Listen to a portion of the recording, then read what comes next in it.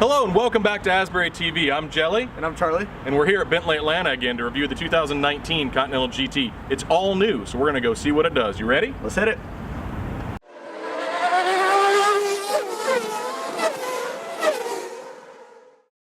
Good morning and welcome back to Asbury TV. I'm Jelly. And I'm Charlie. And we're here again at Bentley Atlanta inside the 2019 Bentley Continental GT. This is the all-new redesign, new motor, new transmission, new body, new everything. So we're here to see how it's changed. You ready? Let's hit it. All right. So pulling away from the dealership, I'm going to go ahead and tell you this is not going to be an unbiased review because I think this car is gorgeous. I've seen the car twice now at its unveil and then again in Pebble a couple weeks ago out at Car Week. And when they say all new, it really is a significant leap. You'll notice a few videos back we did the GTC Super Sports, the Dragon Red 2 Super Sports. Fantastic car, lots of performance, but it did lose some points on tech and a couple other things that we thought could be upgraded. So this car has, in a few short weeks, Bentley took our feedback and completely redesigned the Continental GT. And they did it right. They absolutely did it right. They did it right. So exterior, really, if you look at the older Continental GT range, they had some facelifts and things, but that same body shape has really been around since what, 04? Since the right around here. Yeah, since the original introduction there. So this was the EXP9 concept came out a few years ago and dazzled all of us, dropped me to my knees, and just a stunning car. And they've taken some of that design language and brought it in here. You'll see in the headlamps, on here in the headlamps and in the body lines. Just it's an evolution of the shape, but it's a really strong evolution.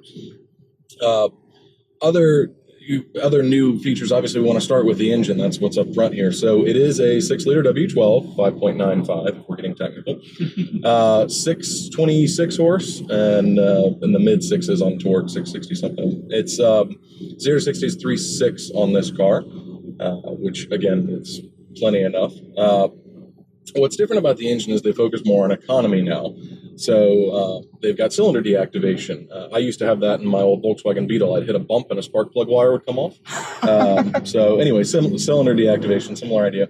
As you know, there's some regulations coming up on fuel economy, and that's forcing manufacturers to do things like that. They also have different fuel injection technology and other things focused on economy. Transmission, though, I really want to talk about that because, wow, what a difference. So this is the new 8-speed DCT.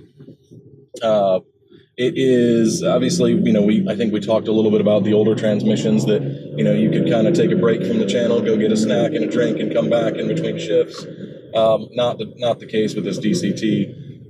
You're gonna have that instantaneous pop, that dual clutch. Even from the passenger seat, I can feel the response is insane. I'm watching him as he goes for the paddles, and it's nuts. And the way this goes around corners is insane. Yeah, this is a fantastic transmission. We've got it in the sport mode right now, and you can hear all the little burbles in the exhaust as you downshift and let off the throttle. They're a little muted for me, but I think they're supposed to be. It is a Bentley. So DCT, huge leap over the previous transmission. Again, an 8-speed. Thankfully, they didn't do something funky like a 10-speed like we're seeing in some cars these days. Again, I get it for economy. But I love that boom, boom. I can do that again if you want. That boom, boom that you get when you have these dual clutch transmissions. So leaps and bounds there. Then we get to the interior. And again, this is an anecdote that I've heard, but I've heard that the interior, not a single piece on the interior is the same except the glove box latch. You've got 15 different interior hides you can choose from, 17 exterior colors, and an additional 13 extended range colors. This vehicle, because it is the extended range blue, you had the name for the blue. I'll have to pull it up here. I believe it's sequin blue. Sequin blue, thank you. With the Portland and Imperial two-tone interior. So this would be one of those high-dollar colors, we'll say. A little bit different than a rattle can job. We'll get a little launch here.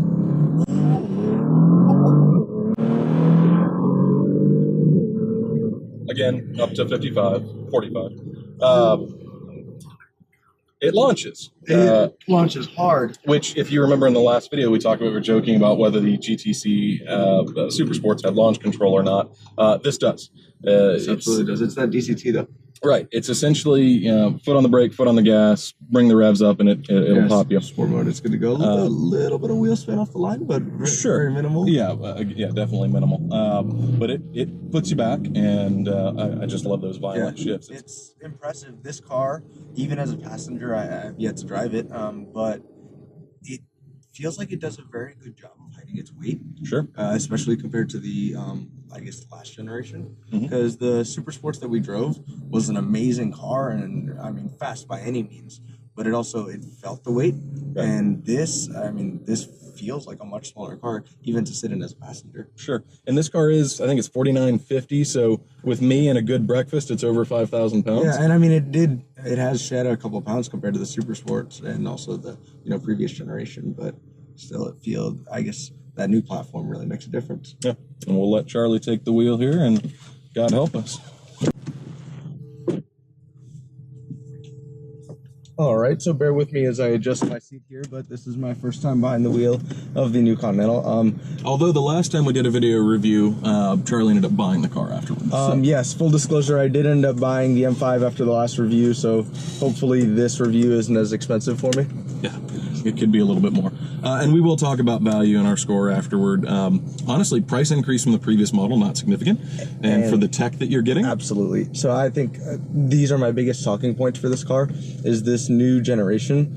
They have really taken into consideration all of, I guess, the advances that all of the other competitors have. And this, to me, puts this car way above any Rolls-Royce or anything like that. Because for me, it's more about all these little tech pieces than it is about like the pure comfort. And I guess that's the benefit of a Rolls-Royce. Whereas I guess I'm not really the demographic for a Rolls-Royce, but I would drive this thing all day long.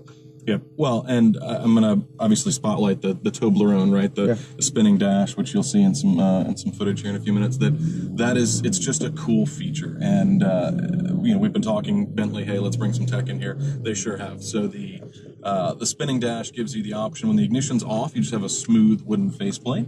Then you have the nav piece. Enjoy that for a minute. Then you have standard gauges, analog gauges that I really like. So. Customizable, everything is always the suspension's a 48-volt adjustable suspension. You have night vision in the car, obviously all the heated, cooled massaging seats in the world. The spoiler can now go up and down. It's going to lose points because I can't see it in the rearview which mirror. I believe the last generation did was the retractable spoiler only in the speed and above. Okay.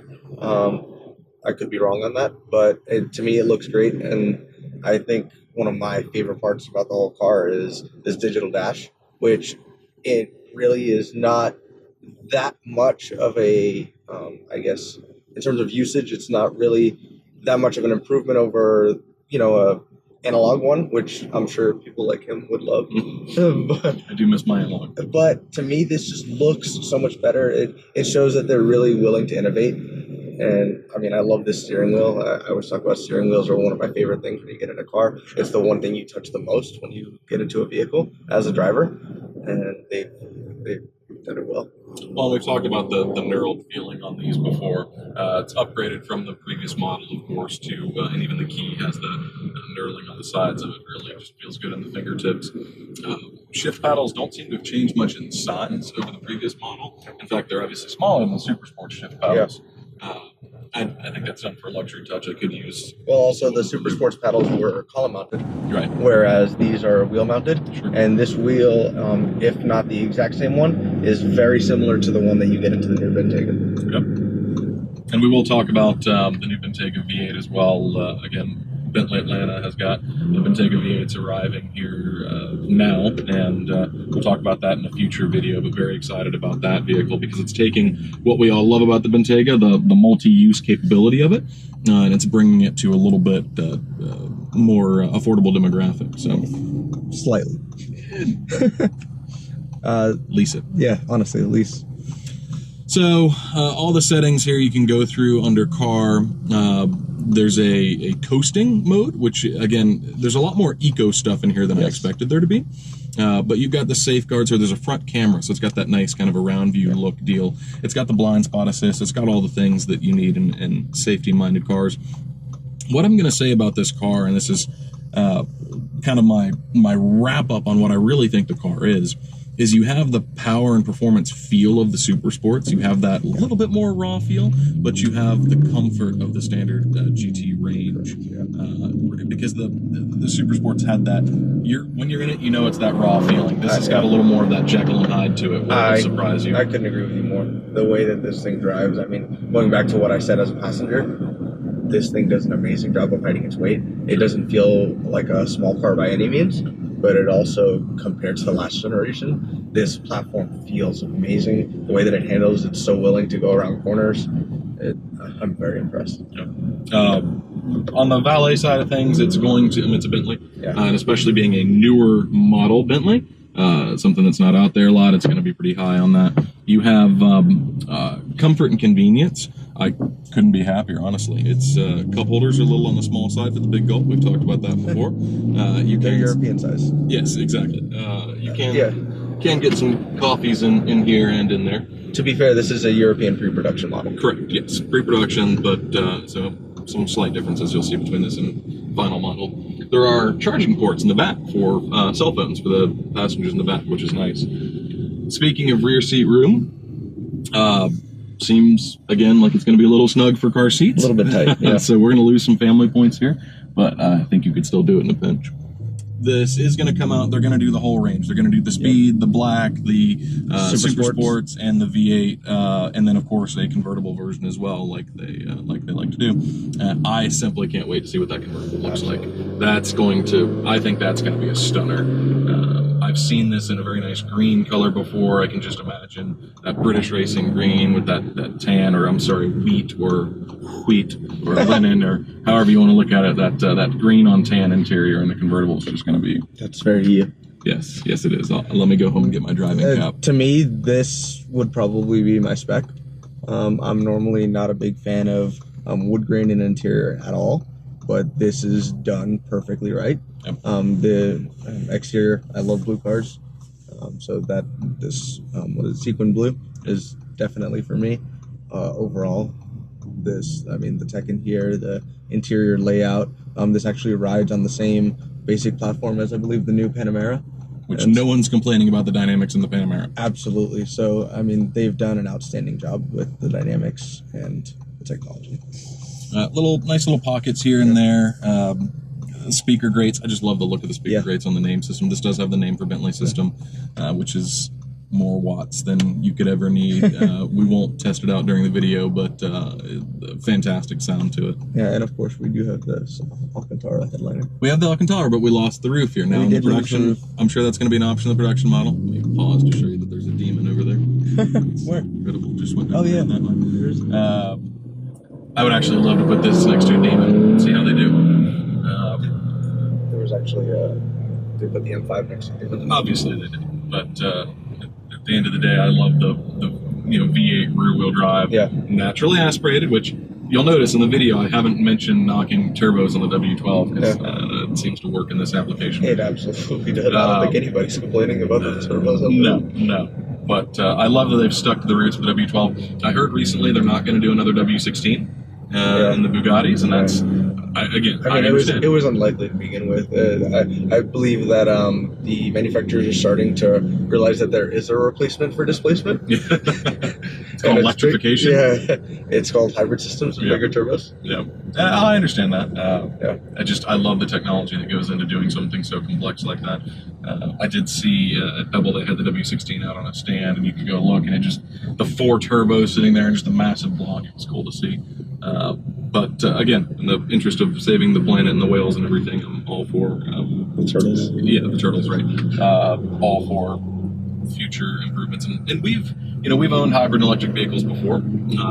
I think there's I don't know where Bentley's going to go with that. They have plug-ins already. I don't know if they're going to go full electric in the future, but as long as they keep some motoring feel to it, I'm not super bothered by it. You just have to. That's one thing you lose with the electrics is that sensory feel to it. So. Yeah.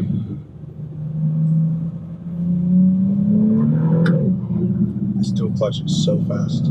It is. Yeah, I mean, I'd like to have a little more pop and drama with it, but I think we'll get that in the Super Sports. Agreed, but I mean, this is basically a PDK in a Bentley. It is PDK. Yeah, I believe that it might almost be the same transmission because that is also 8-speed dual clutch that's in the new Panamera. Yep. I had the Mark 7 GTI with the DSG I was talking about earlier, and just love the pop spurbles and then the immediate downshifts you get with it. You feel a lot more in control, and then you still have the convenience of putting it in automatic mode and slugging through Atlanta traffic if you want to. Yeah, if there's anybody's transmission that you want to copy, it's Porsche's. I don't think we'll see a manual in the Continental GT anytime soon. Yeah, that's probably a no-go. But that's not what it's for. You think about the name Continental GT, right? It's for grand touring, long drives across the country, and I could not be happier sitting here. And I don't think I'm going to want to get out. You have to. No, I agree with you that I'm a Volvo guy, right? Going way back, and I've always said Volvo seats. Here we go. We're going that direction. It's okay, they can edit this part out. But anyway, I've always said Volvo makes the best seats in the world, and I still think that they do, or did for a little bit. But they're nicely bolstered. The perforations are nice. I want to talk about the stitching though that you're going to see, not in this particular model, but in some of the ones we're going to get in the future that are Molyneux's back. They have this diamond and diamond stitch. You just have to see it. It's a level of attention to detail on stitching that I didn't even think was possible. So that'll be something to behold. There are some really cool options like an air ionizer that you can add and some other crazy things here. They've done a really good job of keeping up with the times. I mean, these are all things that other manufacturers have started to include, and it's kind of interesting because this ultra luxury game has kind of lagged behind in terms of technology when compared to our normal everyday street cars. Sure. Yep. I would agree that there's they again focus on luxury and not on the tech and on the it's for being driven in, right? So this one I don't think anyone's gonna want to be chauffeured in. Correct.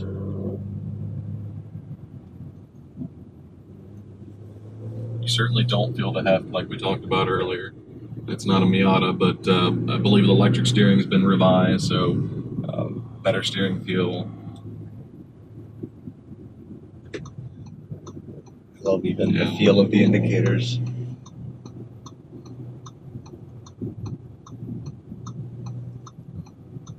We got two-tone on the dash. I guess it's really three-tone when you get down to the leather, but it's a brighter and then a darker wood with a metal belt line through it, which is, at first I kind of didn't really understand it, but now that looking at it and spending some time with it, it's very nice. As well as two-tone leather on the seats, the blue and the white. It's gorgeous. The line from the dash follows straight through and matches the vent. Yeah, and that's a big thing for me. That's Bentley attention to detail right there. I love that. The tactile feel of the vents. I don't know if you can hear that, but the vents actually click when I move them. Makes me happy. Charlie was talking earlier about my thing with knobs and buttons, and I wanted to adjust the fan speed because when I had to turn it down for the audio, and I was looking and feeling and touching, and there are you can adjust the temperature here with these little knobs, but if you want to adjust fan speed, you have to hit a button and turn it anyway. Just give me a button to adjust fan speed.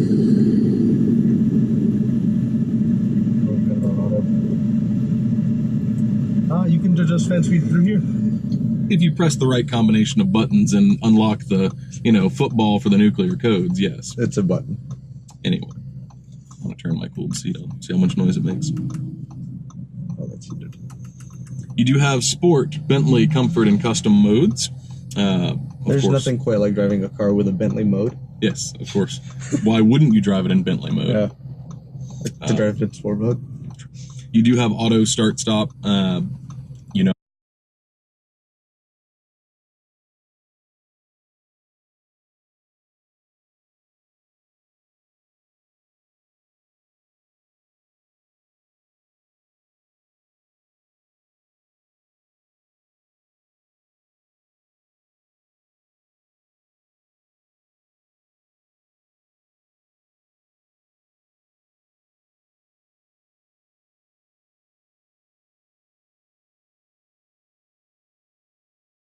how I feel about that. So that's off. The layout for the buttons, I like it.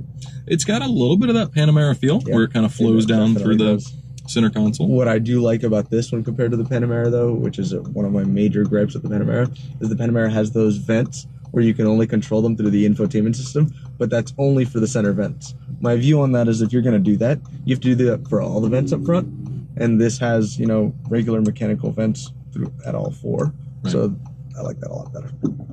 What kind of age are we in where we have to talk about whether we can adjust our vents manually? This is, again, my war on the war on buttons, right?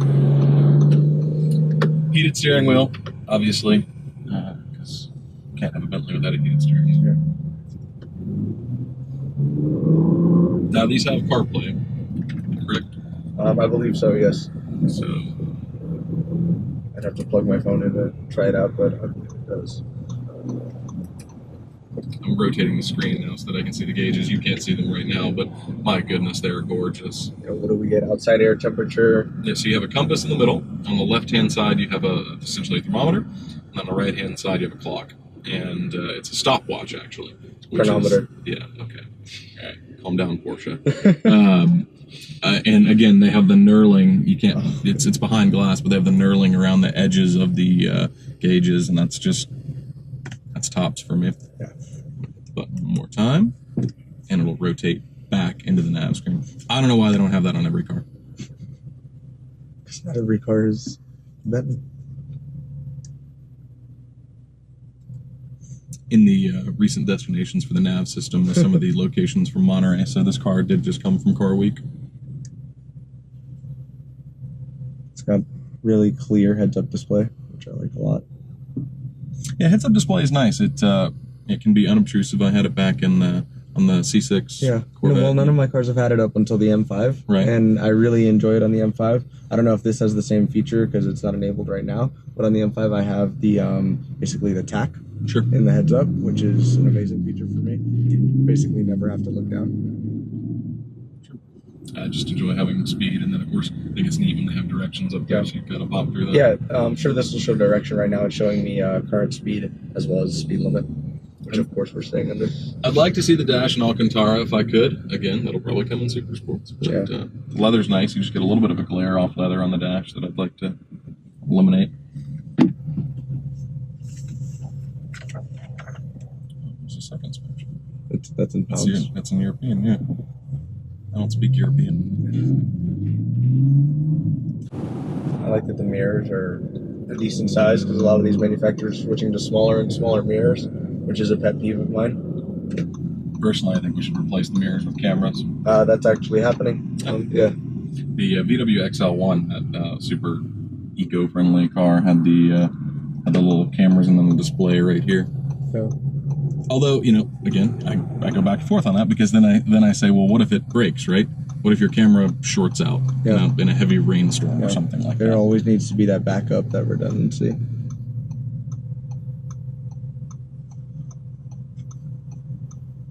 Yeah, no child seats in the front. Oh, the light does come on when I open the mirror. Thank you. What were you expecting? If it did that in my Wrangler. I think you should go on past the store and pull over and let me get one more glass on this. Absolutely. Hear the air conditioned seat when I mean forward. Yeah. I just want to say to Brandon, you do a great job, Brandon. Keep doing it. We're done talking? We can be. Nice. We'll wrap it up. Yeah. All right, we'll pull the car back into the store here and take another visit to Bentley Atlanta, but wanted to wrap up, say thank you for watching. We'll do some footage of the features that we've talked about, and again, we will have these vehicles here at Bentley Atlanta in the near future, so very excited to see this new evolution of Continental. Absolutely. Especially in the GT range. Yeah, we appreciate all you guys. Thank you. Thank you for joining us for today's review of this 2019 Continental GT. Before we continue with our 0 to 60 score, let's keep in mind that this is a European pre-production model that is not due to go on sale for at least another couple months. For valet score, this vehicle earns an easy 10. Dynamics are up there with the best, and considering this is a GT, it definitely deserves at least an 8. Family is a 5 because of those tight back seats, but in terms of commute, we're going to give it a solid 8. Tech is an 8. It's up there with the best, but not quite anything mind-blowing. And value, it deserves a 7. That brings our total 0 to 60 score to a 46. Can't wait to see you guys next time on the next episode of Asbury TV. Thanks.